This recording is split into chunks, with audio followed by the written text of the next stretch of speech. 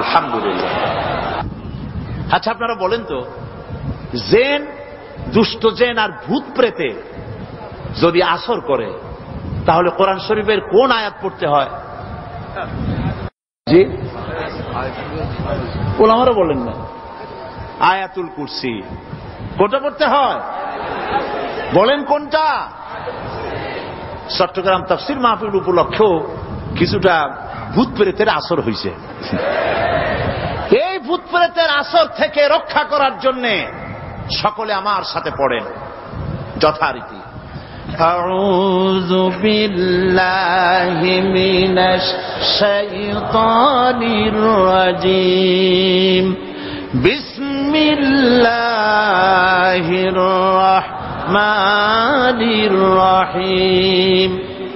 আল্লাহু লা ইলাহা ইল্লা হুয়াল হাইয়ুল কাইয়্যুম লা তা'খুযুহু সিনাতুন ওয়ালা নাওম লাহু মা ফিস সামাওয়াতি ওয়া মা ফিল আরদ من ذا الذي يشفع عنده إلا بإذنه يعلم ما بين أيديهم وما خلفهم ولا يحيطون بشيء من علمه إلا بما شاء وسع كرسيه السماوات والأرض ولا يؤوده حفظهما وهو العلي العظيم সাদাকাল্লাহুল আযীম। সবাই বলেন সাদাকাল্লাহুল আযীম। আয়াতুল কুরসি, আগে এটার অর্থ করে নেই। আল্লাহু লা ইলাহা ইল্লা হুয়াল হাইয়ুল কাইয়্যুম। আল্লাহ হচ্ছেন তিনি যিনি ছাড়া কোনো ইলাহ নাই, যিনি সার্বভৌমত্বের একমাত্র মালিক। লা তা'খুযুহু সিনাতুন ওয়ালা নাওম, যাকে ঘুম এবং তন্দ্রা স্পর্শ করে না। লাহু মা ফিস সামাওয়াতি ওয়া মা ফিল আরদ, আকাশ ও জমিনে যা কিছু আছে সবই তার। মান যাল্লাযী ইয়াশফাউ ইনদাহু ইযনিহি, কে আছে এমন যে তার কাছে সুপারিশ করতে পারে তার বিনা অনুমতিতে? মা বাইনা আইদিহিম ইয়ালামু মা বাইনা আইদিহিম ওয়া মা খালফাহুম, তিনি সবার অগ্র পশ্চাৎ এর সবকিছুর খবর রাখেন। ওয়ালা ইউহিতুনা বিশাইইম মিন ইলমিহি ইল্লা বিমা শাআ, তার জ্ঞাত বিষয়ের কিছুই মানুষ নিজেদের আয়ত্তে আনতে পারে না। অবশ্য আল্লাহ যদি কাউকে কিছু দিতে চান, ওয়াসিআ কুরসিয়্যুহু সামাওয়াতি ওয়াল আরদ, তার একচ্ছত্র ক্ষমতা এবং কর্তৃত্ব আকাশ এবং জমিনকে পরিব্যাপ্ত করে রেখেছে। ওয়ালা ইয়াউদুহু হিফযুহুমা ওয়া হুয়াল আলিয়্যুল আযীম, আর আকাশ এবং পৃথিবীর রক্ষণাবেক্ষণ করতে গিয়ে আল্লাহ পাক মোটেই ক্লান্তি বোধ করেন না। আর তিনি হচ্ছেন এক মহান শ্রেষ্ঠতম সত্তা। বলি সাদাকাল্লাহুল আযীম। আয়াতুল কুরসি, এই আয়াতটি আয়াতুল কুরসি হিসেবে পরিচিত। কি নামে পরিচিত? আয়াতুল কুরসি। এখানে মহান আল্লাহ পাকের এমন সব পূর্ণাঙ্গ পরিচিতি পেশ করা হয়েছে যার নজির গোটা কোরআন শরীফে নাই। সুবহানাল্লাহ। তাই হাদিস শরীফে এই আয়াতটিকে শ্রেষ্ঠ আয়াত বলা হয়েছে। কোরআন শরীফের কি আয়াত? শ্রেষ্ঠ আয়াত বলা হয়েছে। আমরা প্রত্যেকটি ফরজ নামাজের পরে এই আয়াতে কারিমা পড়ে থাকি, ঠিক কিনা বলেন? আল্লাহর বলেছেন প্রত্যেক ফরজ নামাজের উপরে আয়াতুল কুরসি যে ব্যক্তি পাঠ করবে, কিয়ামতের দিন আল্লাহ রাব্বুল আলামিন ওই ব্যক্তির ব্যাপারে সিদ্ধান্ত নেবেন, আল্লাহ তাকে জান্নাত দান করে দিবেন। হতে পারে এবার আপনারা কেউ করতে পারেন, বাস ওয়াজ আর না শুনলে চলবে, আয়াতুল কুরসি পড়বো আর জান্নাতে চলে যাব। না, বিষয়টা এমন নয়। বিষয়টা হচ্ছে এই আয়াতুল কুরসির মধ্যে এমন কিছু কথা আছে যা বুঝা যদি পড়ে আর আমল করে আল্লাহ পাক কিয়ামতের সিদ্ধান্ত নেবেন, জান্নাত দিয়ে দিবেন। সুবহানাল্লাহ, বলেন সুবহানাল্লাহ। এর কারণ হলো আয়াতুল কুরসির মধ্যে আল্লাহ পাক সার্বভৌমত্বের কথা বলেছেন। আজ আমরা স্লোগান দেই সব সমস্যার সমাধান। ও মাশাআল্লাহ, চট্টগ্রামের সবাই বোধহয় এই পরিচিত স্লোগানটা জানেন না। জবাব তা আপনারা জবাব দিতে পারলেন না কেন? সব সমস্যার সমাধান দেন স্লোগান আপনারাই।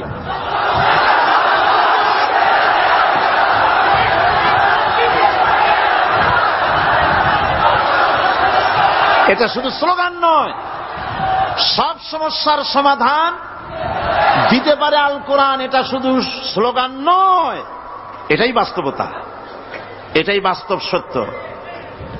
আয়াতুল কুরসির মধ্যে রয়েছে একটি জটিল সমস্যার সমাধান, যাকে সহজ কথায় বলা যায় গদি সমস্যার সমাধান। কুরসি মানে হলো গদি।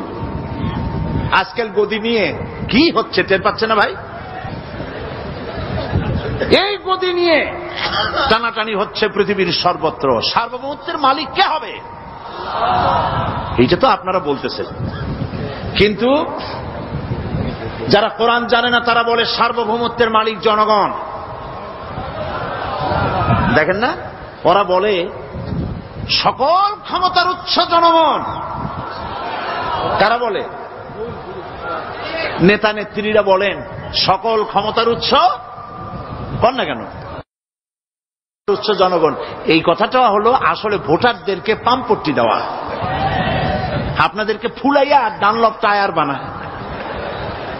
আপনারা খুব খুশি হবেন সমস্ত ক্ষমতার উৎস তাহলে আমরা। আরে বাবারা, তোমরা সকল ক্ষমতার উৎস যার পেট ভরা ময়লা, নাকের মধ্যে ছাতা, দাঁতে ছাতা,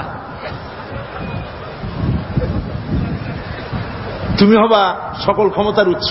আহার ক্ষমতার ঠেলায় একটা সাপ দেখলে ভয়তে সিট হয়ে পড়ো, সাইকেলের টায়ার বাস্ট হইলে হার্ট ফেল করে। সকল ক্ষমতার উৎস, সকল ক্ষমতার উৎস জনগণ, এই কথা বলা কবিরা গুনাহ, এই কথা বিশ্বাস করা হারাম, এই কথা বিশ্বাস করা শিরক। কারণ সকল ক্ষমতার উৎস জনগণ এ কথা যদি বলা হয় তাহলে কোরআনে কারীমের সাথে কন্ট্রাডিকশন হয়, সাংঘর্ষিক। আল্লাহ পাক কি বলেছেন? আল্লাহ পাক বলেছেন আন্নাল কুওয়াতা লিল্লাহি জামিআ। বলেন আন্নাল কুওয়াতা লিল্লাহি জামিআ। আমার আল্লাহ রাব্বুল আলামিন বলেন, জেনে রাখো নিঃসন্দেহে সকল ক্ষমতার উৎস কেবলমাত্র আল্লাহ রাব্বুল আলামিন। সকল ক্ষমতার উৎস কে? জোরে বলেন আল্লাহ, আল্লাহ, আল্লাহ। তিনি একমাত্র সকল ক্ষমতার উৎস। কোরআন আয়াতুল কুরসি আল্লাহ কোরআনে নাজিল করে সার্বভৌমত্বের মালিক কে হবে সমস্যার সমাধান করে দিলেন। রাসূল করিম সাল্লাল্লাহু আলাইহি ওয়াসাল্লাম মানুষের সার্বভৌমত্ব খতম করে মদিনায় আল্লাহর সার্বভৌমত্ব কায়েম করে তিনি একটি রাষ্ট্র কায়েম করলেন। মদিনার রাষ্ট্রের সার্বভৌমত্বের মালিক কে ছিলেন? আল্লাহ। জোরে বলেন কে ছিলেন? আল্লাহ। মানুষ তখন দেখতে পেল খোদাই সার্বভৌমত্বের ভিত্তিতে যে রাষ্ট্র গঠন হয় সেই রাষ্ট্র মানবতার জন্য কত কল্যাণকর হয়। সুবহানাল্লাহ বিহামদি। আয়াতুল কুরসিতে বলা হলো যে সার্বভৌমত্বের মালিক এই ক্ষমতা, এই ক্ষমতাটাকে আরবিতে বলা হয় উলুহিয়ত।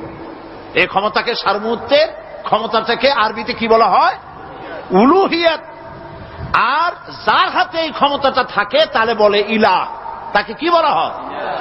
আল্লাহ রাব্বুল আলামিন আয়াতুল কুরসির শুরুতে এই কথাটাই বলে দিলেন, আল্লাহু লা ইলাহা ইল্লা হুয়াল হাইয়ুল কাইয়্যুম। আল্লাহ হচ্ছেন তিনি যিনি ছাড়া কোনো ইলাহা নাই। তার মানে হলো সার্বভৌমত্বের একচ্ছত্র মালিকানা কার হাতে? চিৎকার দিয়ে বলুন, আল্লাহ রাব্বুল আলামিনের হাতে। সার্বভৌমত্বের এই ক্ষমতা হস্তান্তরযোগ্য নয়। সার্বভৌমত্বের মালিক যিনি হবেন তার শুরু থাকবে না, শেষও থাকবে না। এই কোয়ালিটি কার মধ্যে আছে? আল্লাহ পাকের মধ্যে। আল্লাহ পাক বললেন তিনি হচ্ছেন আল হাই আল কাইয়ুম। তিনি হাইয়্যু, তিনি কাইয়ুম, তিনি শাশ্বত, তিনি জাগ্রত, তিনি চিরস্থায়ী, যার শুরুও নাই, যার শেষও নাই। সুবহানাল্লাহি ওয়া বিহামদিহি। এই সার্বভৌমত্বের মালিকানা নিয়ে যারা বসে আছে, যে কোনো মুহূর্তে তার হাত থেকে ক্ষমতা ছিনতাই হয়ে যেতে পারে, পারে কিনা? আর ঘুমায় থাকলে, সার্বভৌমত্বের মালিক দাবি করে যদি ঘুমায় থাকে, ততক্ষণ ভারপ্রাপ্ত বানাবে কারে?